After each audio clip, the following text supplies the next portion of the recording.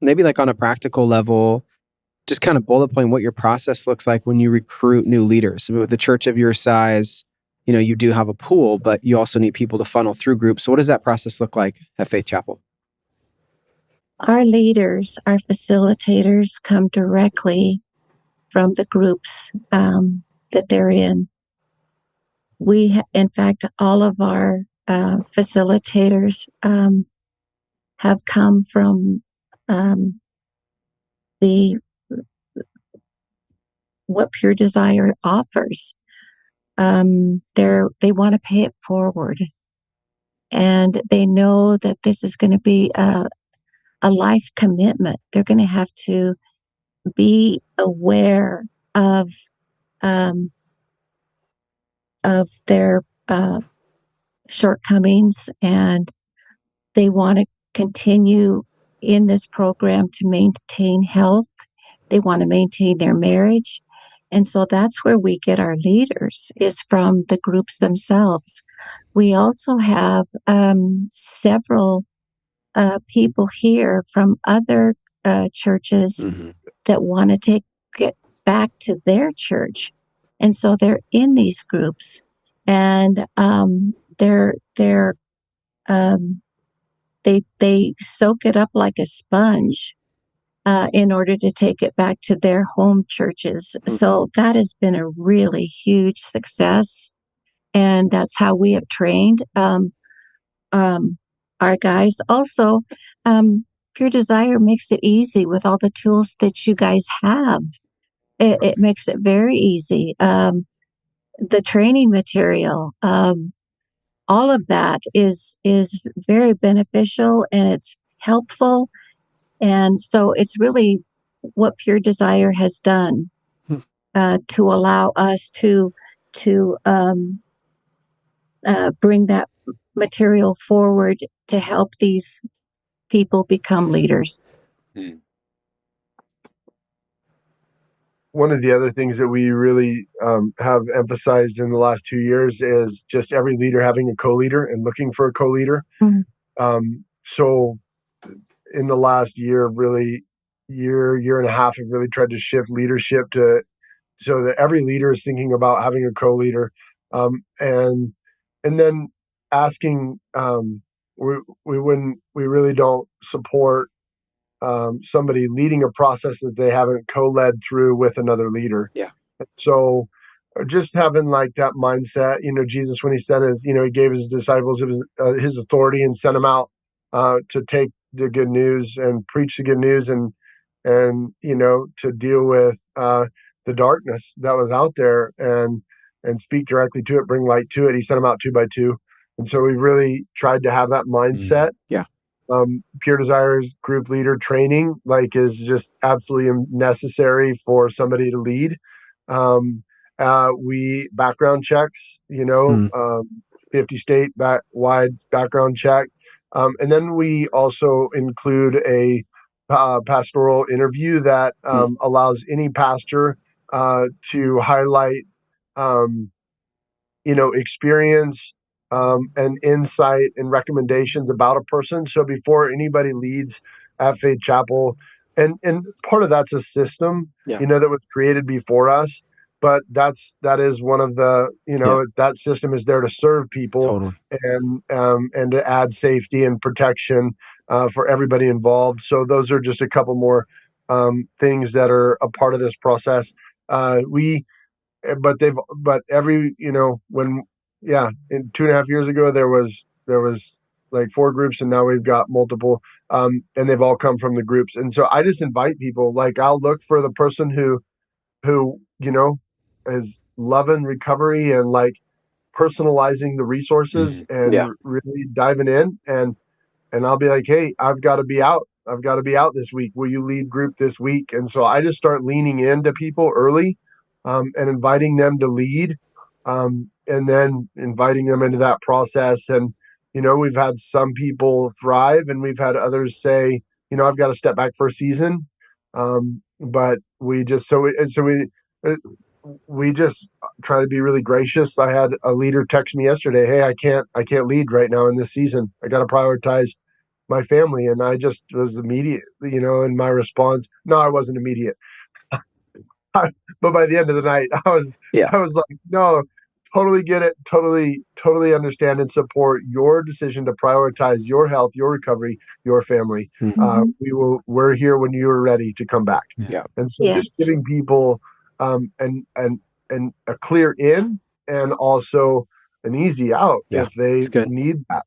I think that empowers people to make that decision. Yeah, totally. Another thing, Robert, if you want to address our SOs here in the community, which is very important. Yeah, another part of guidance and care is navigating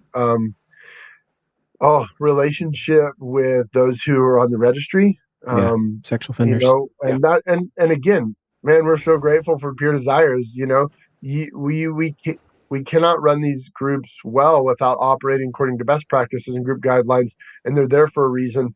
And a part of that is mandatory duty to report and legal dimensions. We live in a litigious society because, for many different reasons.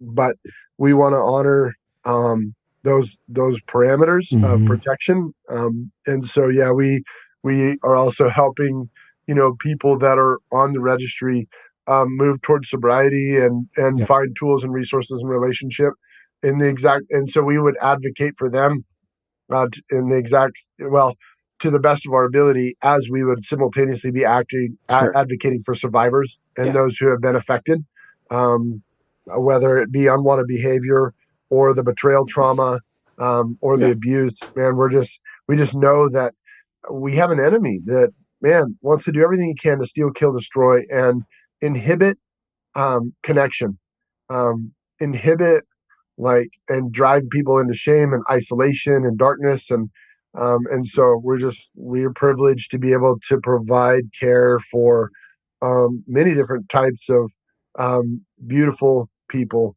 that, I think about James Reeves. He's become a personal friend, and he says, Dr. Reeves, all addiction, all emotionally destructive behavior, and all compulsive behavior comes from three places. Things that are done from us, things that are done to us without our consent, taken from us without our consent, and then our own sin.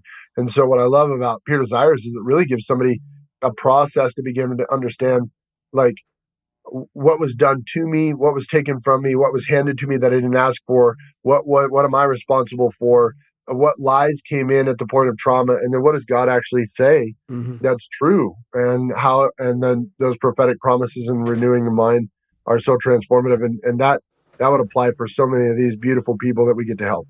Yeah, I feel like I should just break in and say that Robert is not a paid spokesman for Pure Desire Ministries. These two are both leading out of their pure passion, their heart and their passion. It's encouraging for us, both for you, Annie, and you, Robert, that you are continuing to say, it's what Pure Desire provides. We use the resources, we follow the best practices, because sometimes here we can feel a little bit like we're talking into the void. We make podcasts, we make videos, we send out emails, and you don't always know if it's getting used or taken to heart. And when you hear a church like Faith Chapel that says, well, we just listen to what Pure Desire says and we go and do it, and it's working. It's like, well, yes, that's what we hope for. That's and it's what we're trying to do. Us. I think for churches, there is a confidence factor there to say you don't have to recreate the wheel. No. Yes, you can contextualize it in your own city, or there's always uniquenesses. But if by and large you just look and say, well, what would Pure Desire recommend? Okay, let's go and try that. We recommend it because we've paid the dumb tax and we see that it works. Yeah. We see what leads to effective groups and effective healing. Yeah. And we're not just trying to create busy work. We're really trying to create a system. And I think you can trust us. And I just love when a church says, we just do what you guys have put out and it's working. And it's awesome to hear that. So thank you. Awesome. Yeah, we do. And we do trust you guys, and we've built that trust, and you've made yourselves available and highly integritous organization, and it's incredible. And in conjunction with what you're saying, Nick, when I was given the privilege, because I discovered this process while I was a pastor, I mean, I was baptizing, I was making disciples, I was preaching the good news. I was very engaged. And like I told you earlier, I was 40 hours a week, hardcore labor in a factory. And then I would do 20 hours at the church as a pastor, youth pastor, elder. And I was still caught up in a binge purge cycle and didn't know that it was a binge purge cycle. I was medicating behavior, or I was medicating wounds with behavior that wouldn't heal. But my performance based, transactional mindset really wasn't healthy. And so, um, when I did discover this process and the light bulbs began to come on, and I began to understand, that how I was impacted by my family of origin, how I was impacted by society and the cultural dynamics that contributed to, denial structures. When I was, given, perspective into my experience and shame and the things that I was medicating and was experiencing healing, I began to go tell my story. So I was invited to the college that I graduated from. Hey, come tell your story. And I was like, well, I'm going to talk about recovery. And so, in terms of like presenting this process to others, Pure Desires has created like the talking points, and they've created all these resources. And so I would go speak, but I would use these different materials that Pure Desires had already created. But then I would put in my story, and then the last thing, Nick, that has been really beneficial is just being able to bring you guys to our community. That's another way that we're impacting your community. And we, every time we brought you guys out to our community, the seats aren't as full as we'd like. And, but we're not the experts, and you guys are. And so it's just been radical that Pure Desires allows their summits to be streamed. That's going to be coming in September. And then, in 2 weeks, we'll have Rodney and Tracy Wright out here. He's your advancement specialist, sits on the board. She's his amazing wife, one of your licensed clinicians. And we're going to do a parent training, and we're going to then have a 5-session conference. And we're inviting, we've sent out thousands of emails. And so, That's awesome. That's another way that if you're in a church, that you can make a difference, is you can bring out a person who knows the details and knows the complexities, and yet can make it comprehensible, and invite your community in your church, and it will have an impact. Lives will be changed. Yeah, that's awesome.